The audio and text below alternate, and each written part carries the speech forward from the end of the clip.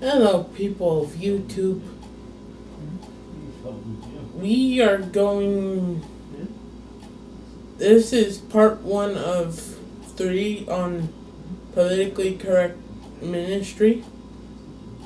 So, as a visual aid type thing, I am going to do just that, just for a few minutes to kind of show my point.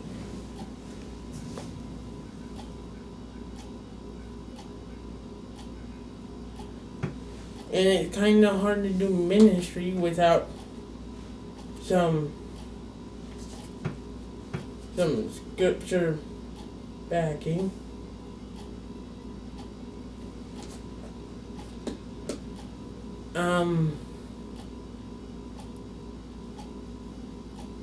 So when my point in doing that is to show when it's actually really near impossible to do politically correct ministry, because whenever you're doing ministry, well, you might not know what can offend people, but if you're always thinking there's stuff that could definitely offend people, and that's the main thing you're focused on, is not offending people, it makes it really hard to do ministry and stuff like that. And something that I've learned from my own personal testimony is when there are people in your life and you think about doing ministry, sometimes with me, the people that I've thought would be most offended by my ministry when I do ministry at school are actually some of the people that are most open to what I have to say. And the main lesson that I'm trying to point out is there are a few ways of doing ministry that you can go about doing with stuff that would offend people. You can either do it in a hateful and judgmental way, that's a bad thing to do. Or you can do it in a generally concerned and caring, compassionate way, what is the right way of doing things. And I feel like people might be more open to it when you do it that way, because they can tell by the tone of your voice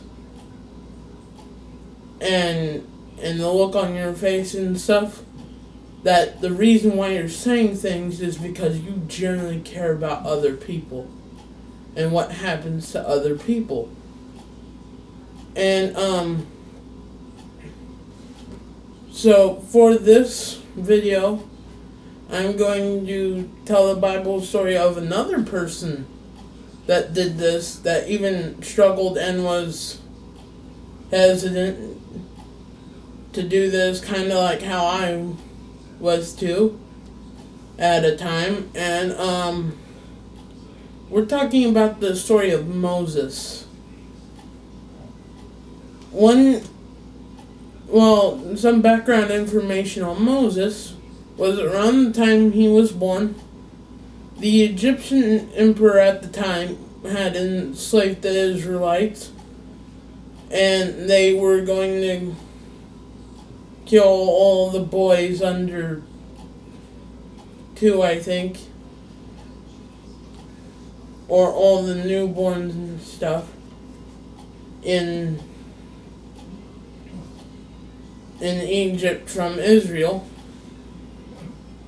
So Moses' mom sent him away down a river in a basket and was found by the princess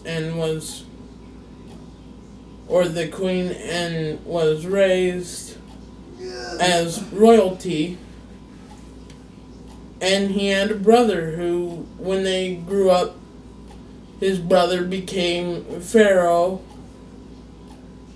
And one day when Moses was looking over the Israelite slaves, he saw one of them being whipped by an Egyptian soldier, and out of rage he accidentally killed that Egyptian soldier, so he ran off to the woods, and he came across a burning bush where God told him to go back to Egypt, talk to his brother, and tell him to set his people free, or God would release the 7 plagues. And Ramsey, his reply was he would come up with many excuses why not to, and he even brought up the fact that he had a speech impediment. So God said he would send his brother with him, and then he finally decided to return to Egypt.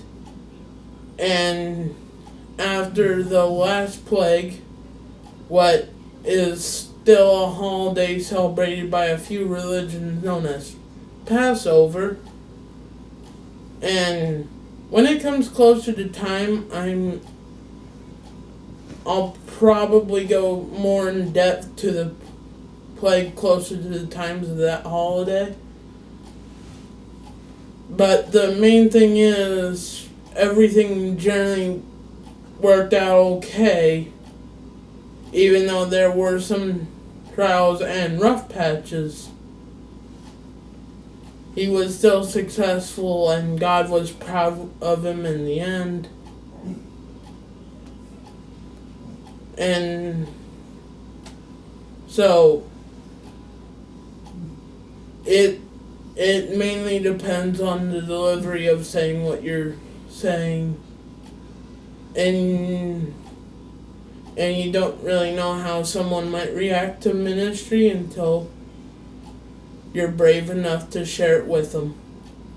And with that being said, may God be with you, and see you next time.